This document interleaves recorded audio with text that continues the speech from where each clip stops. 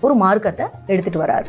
சமரச சுத்த சன்மார்க்கம் அப்படின்றதா அது. முதல்ல அவர் என்ன சொல்றாருன்னா, நரைமரணம் மூப்பரியா நல்ல உடம்பினரே நற்குலத்தார் அறிவீர் நானிலத்தீர் நீவீர் அப்படின்றாரு. என்ன அர்த்தம்னா, உங்கள சாதி மத ஏற்றத்தாழ்வெல்லாம் நீங்க மனுஷங்களுக்குள்ள பாக்குறீங்கல்ல, எல்லாருமே ஒண்ணுதான். உங்கள யாருக்கு முடி நரைக்காம, மரணம் வராம, உடம்புல நோய் இல்லாம இருக்கீங்களோ, சாகாம இருக்கீங்களோ, நீங்கெல்லாம் மட்டும்தான் உயர்குலத்தார். மத்தவங்க எல்லாமே அதுக்கு கீழதான், மத்த எல்லாருமே ஒரே மாதிரி தான் அப்படின்னு சாட்டையில அடிச்ச மாதிரி சொல்லிட்டார். அடுத்த கோட்பாடு மரணமில்லா பெருவாழ்வு. அதாவது ஒரு மனுஷனோட உச்சகட்ட பயம் என்ன? மரணம். எங்க செத்துருவோமோ அப்படின்றதான் உச்சகட்டமா. என்ன ஆயிட போது, செத்துற போறோம், அதுதானே. அதுதான் உச்சகட்ட பயம்.